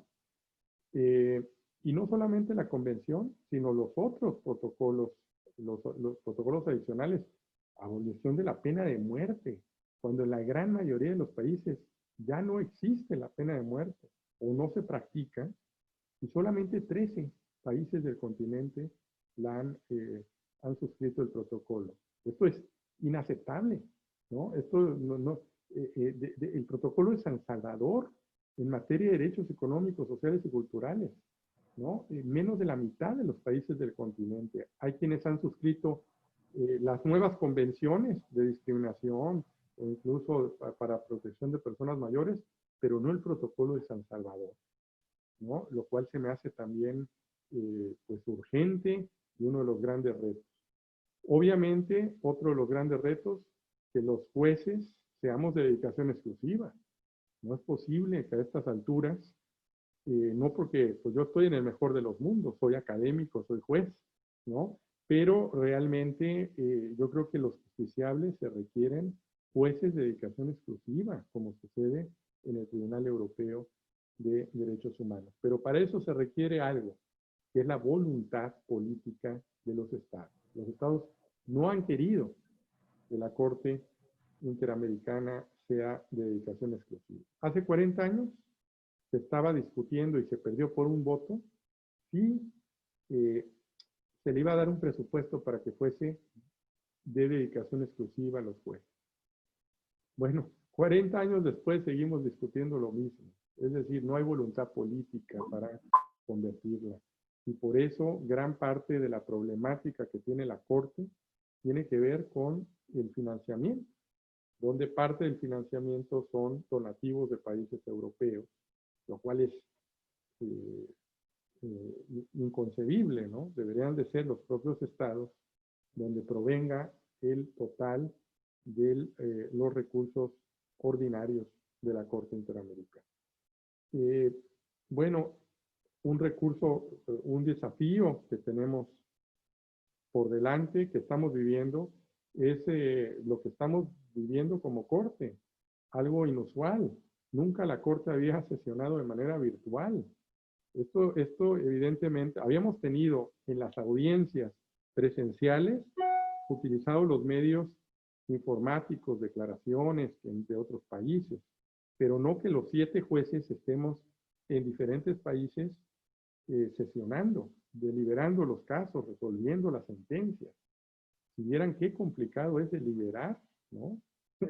A través de estos medios, así como lo estamos haciendo nosotros, pero a veces se va la imagen, a veces se va a internet, a veces, evidentemente, estamos llevando audiencias públicas de esta manera. Obviamente, nos estamos adaptando a los nuevos tiempos, pero creo que es un reto que tenemos hoy. Y el último de los retos es la integración de los órganos del sistema. Nuevos jueces, nuevos comisionados y el reto de la cuestión geográfica. Más países deben de estar representados. Hay países que nunca han tenido un juez en la Corte Interamericana, ¿no? El Salvador, Honduras, Guatemala, los países caribeños. Y en cambio hay otros, como México. Bueno, México ha tenido 3, pero hay otros, Uruguay ha tenido 4, Colombia 4, o sea, otros países han tenido más jueces. Y lo que es más grave, 40 jueces en 40 años, de los cuales 35 han sido caballeros y solamente 5 mujeres. 5 de 40. Esto es inaceptable. Es inaceptable que la Corte Interamericana de Derechos Humanos se integre por una sola mujer. Obviamente, creo que debe de reformarse, debe haber una normatividad, como sucede con la Corte Penal Internacional, ¿no? Los 6 últimos nombramientos fueron 5 juezas. ¿Por qué? Porque no podían nombrar hombres, ¿no? Por la cuestión de género. Porque ahí hay una equidad geográfica, pero también de género. Yo creo que hacia allá tenemos que avanzar en el sistema interamericano. Una problemática regional se da en las Cortes Supremas, tribunales constitucionales, en general en los altos órganos e instancias nacionales, pero creo que en materia de derechos humanos, la Corte, la Comisión, por ejemplo, la Comisión Interamericana actualmente se integra por mayoría de mujeres, lo cual ya es un gran avance, ¿no? Son nada más 2 caballeros y 5 mujeres actualmente. Ojalá que la Corte Interamericana dé un paso, pero eso depende no de la Corte, sino de los estados, que son quienes proponen a las candidatas, a los candidatos, y son los que eligen. Ellos proponen y ellos eligen. Por lo tanto, hay que exigirle a los estados también una mayor posibilidad de postulación de candidatos. Bien, tengo una última pregunta, profesor. Acá me lo hacen llegar en vivo. De Nidia Prieto dice, ¿qué medidas se podría adoptar específicamente o cambios a introducir para abreviar los plazos para la resolución de los casos en la Corte Interamericana? Bueno, en realidad en la Corte no andamos tan mal. De hecho, en los últimos 2 años se ha reducido, ¿no? A menos de 2 años. Estamos en casi 24, ahora estamos en 22 meses y pico, ¿no? Es decir, 2 años desde que llega el caso hasta que se resuelve.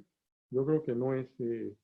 hay una fase, además, oral, una fase, una audiencia pública donde cualquier persona lo puede ver y evidentemente podría reducirse aún más, pero creo que no estamos tan mal.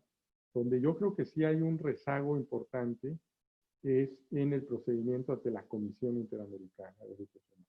¿Por qué? Porque ahí, si llega un caso rápido, son 5 años, 7 años. Ese es un caso rápido que llega a la Corte, pero el promedio es de 15 años. El promedio está más o menos entre 13 y 15 años, el promedio para que un caso llegue a la Corte Interamericana. Es decir, estamos siendo, como dice Osvaldo Rosaini, una corte del pasado, ¿no? Una corte interamericana del pasado y no del presente.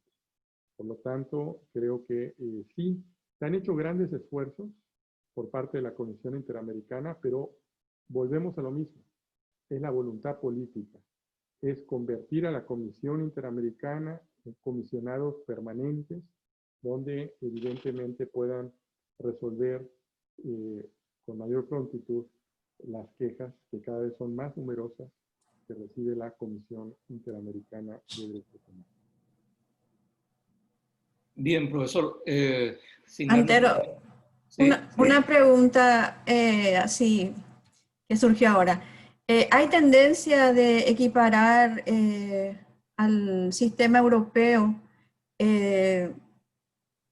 dejando de lado a la comisión y teniendo el individuo acceso directo a la corte? ¿No sería menos costoso y más expeditivo los resultados? ¿No habría mejores resultados como hoy por hoy están resolviendo la Corte Europea? Yo creo que los contextos marcan mucho, ¿no? Los contextos marcan la diferencia.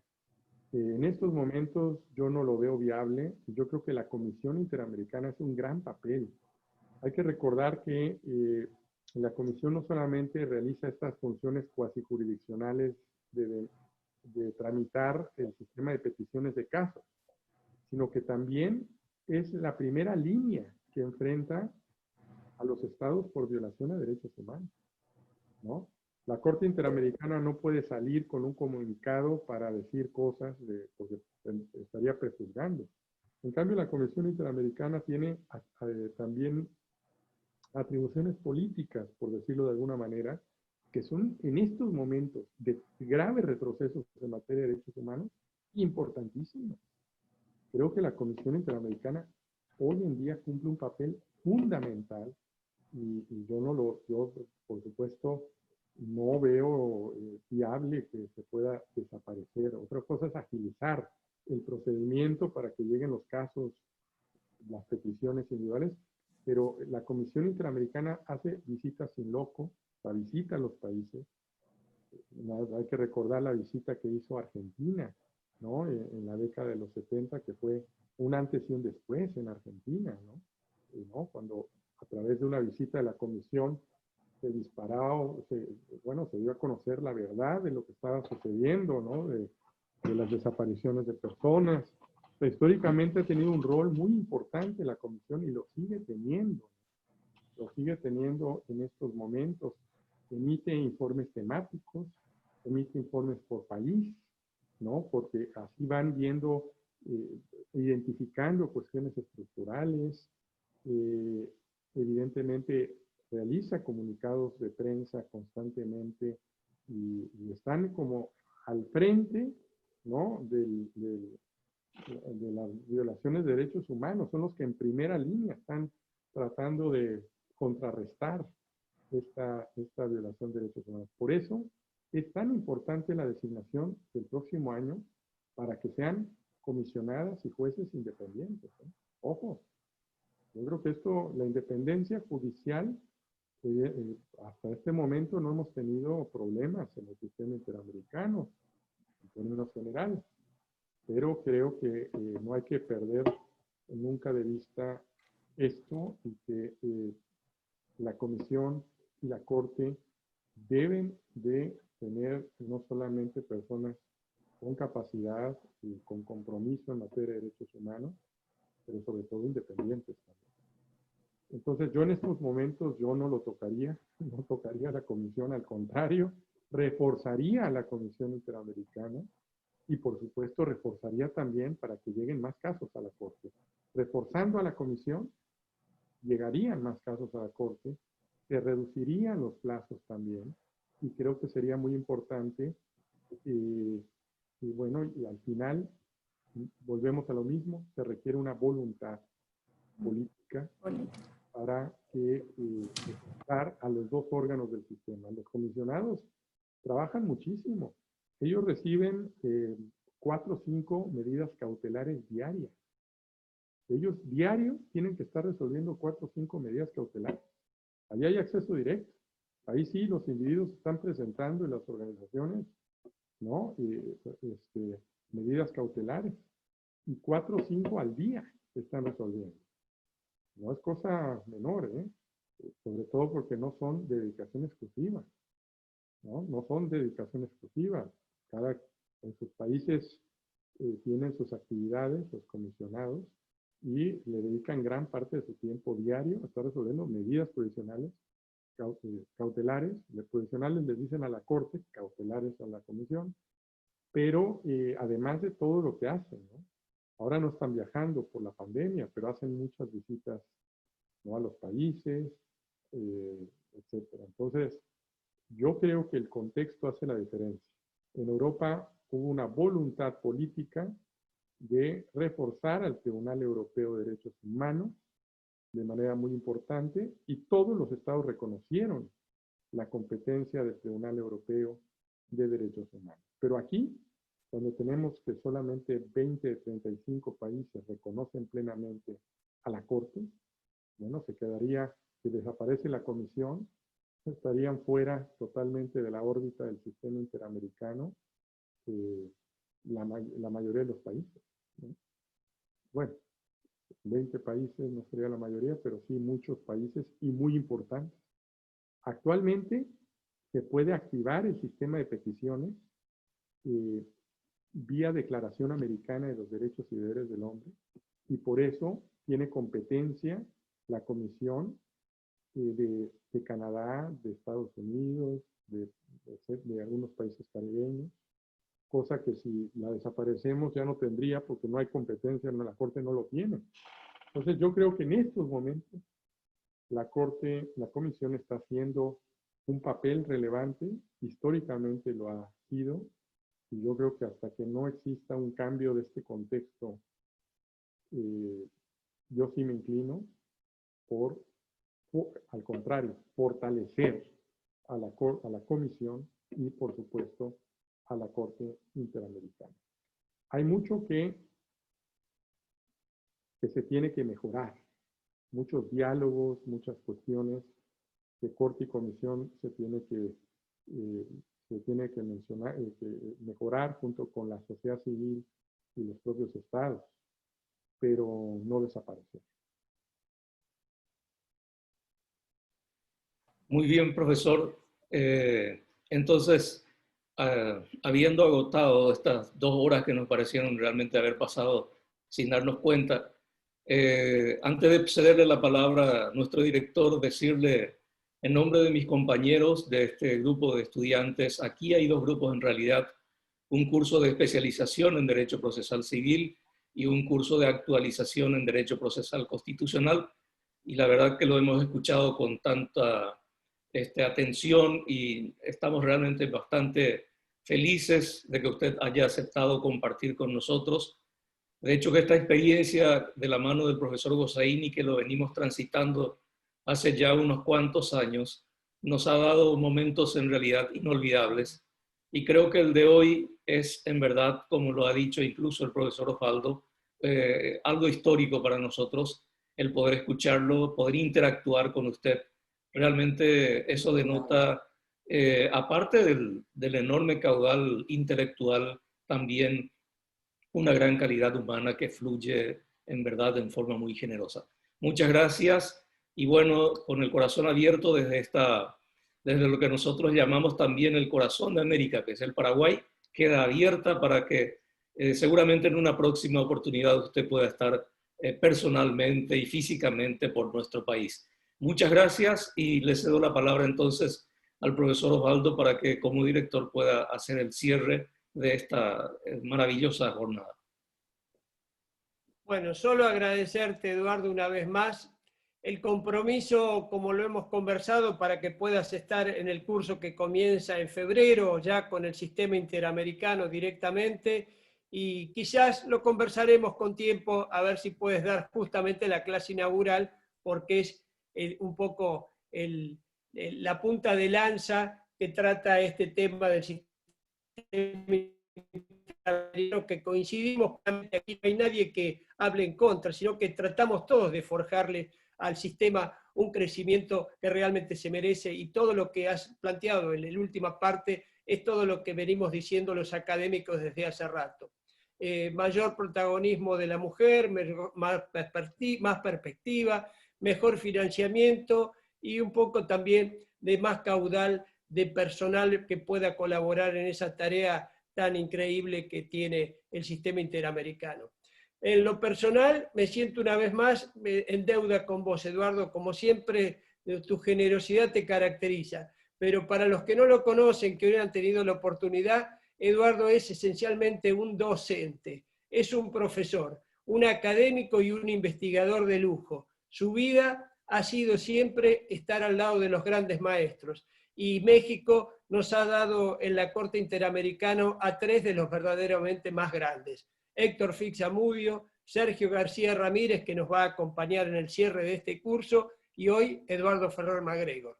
Muchas gracias, y últimamente, Eduardo, se está utilizando abrir los micrófonos y dar un efusivo aplauso, así que así te lo brindamos.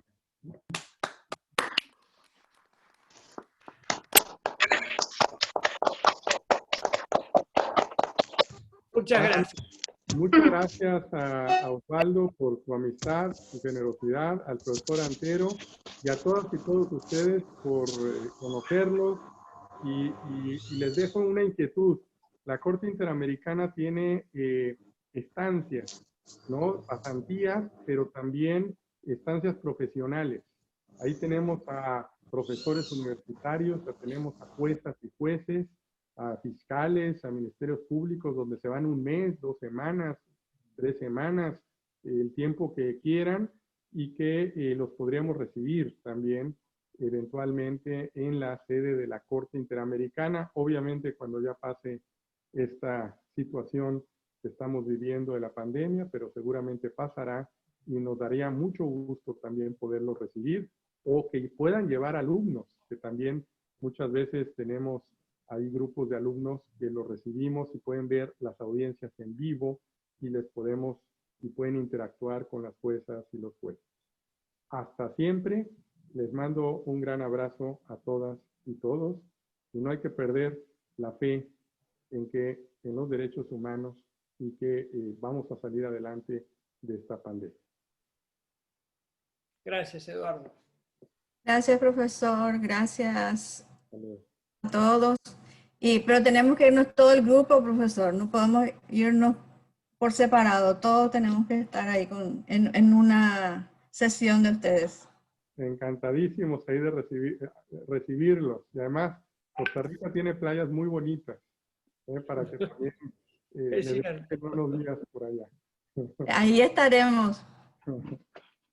Bueno, hasta pronto, Antero. La semana que viene con el doctor Amaya. A todos, un abrazo cordial y bueno, sigamos transcurriendo este tiempo tan difícil, pero que nos ha permitido estos lujos y que con el corazón siempre cerca. Gracias a todos y hasta la próxima semana. Un fuerte abrazo, Eduardo. Saludos a la familia. Igualmente, Osvaldo. Hasta luego. Maravillosa personalidad, Dios mío.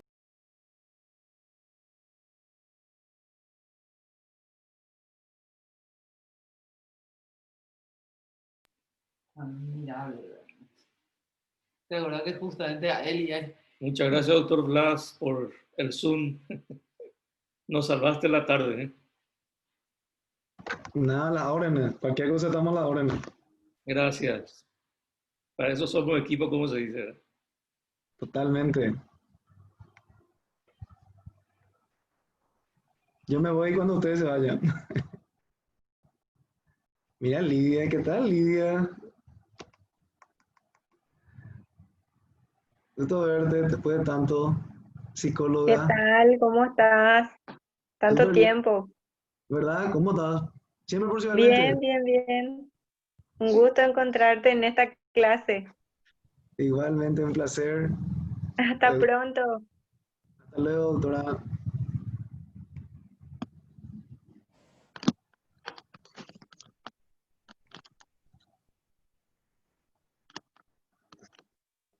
Entonces,